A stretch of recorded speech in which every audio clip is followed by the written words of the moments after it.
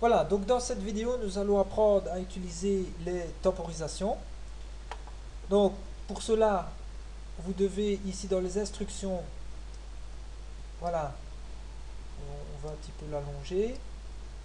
Voilà, donc dans les instructions, vous avez les favoris hein, qu'on retrouve ici, fatalement.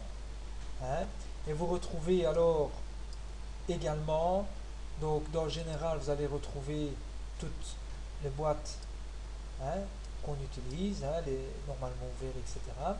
Et vous avez les fameuses temporisations. Donc on va les dérouler. Donc dans les temporisations, vous en avez trois. Ce qu'on appelle TP, donc on va voir c'est la temporisation par impulsion.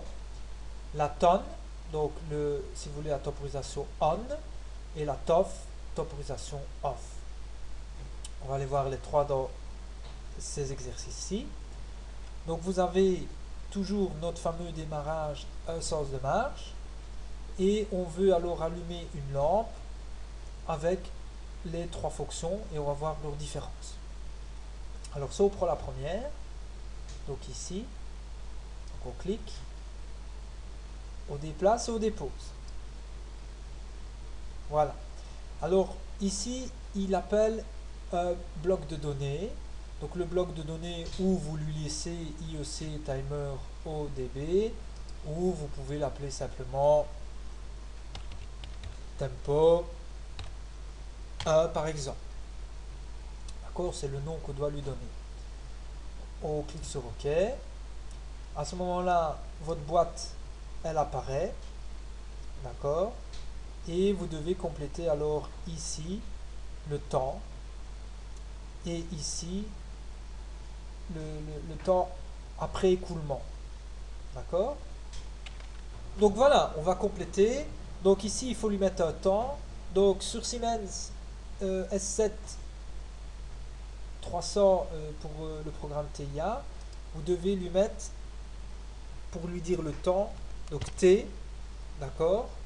Et puis alors, vous devez lui mettre donc le symbole hashtag, voilà. Et puis vous devez lui mettre la durée de temps. Par exemple, on veut 5 secondes. Donc 5 secondes. Voilà. Et là, il vous l'a mis en bleu, ça veut dire qu'il reconnaît bien cette forme d'écriture. Alors, dans la sortie ici, là, vous devez, en fait, il va décompter, en fait, les 5 secondes. Et au bout de 5 secondes, il va faire allumer ou éteindre quelque chose. Donc, pour lui dire de compter ou de décompter, en fait, ce temps de 5 secondes, eh bien, l'automate a besoin d'une mémoire dans laquelle il va chaque fois introduire la valeur actualisée.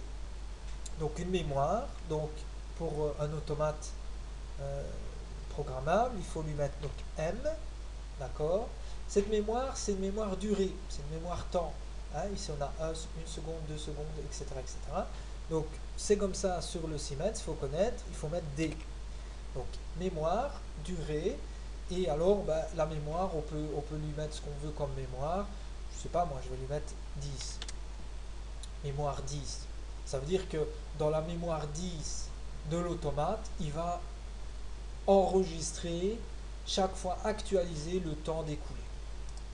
Voilà. Et vous voyez bien qu'il connaît bien cette forme-là d'écriture aussi. Ok.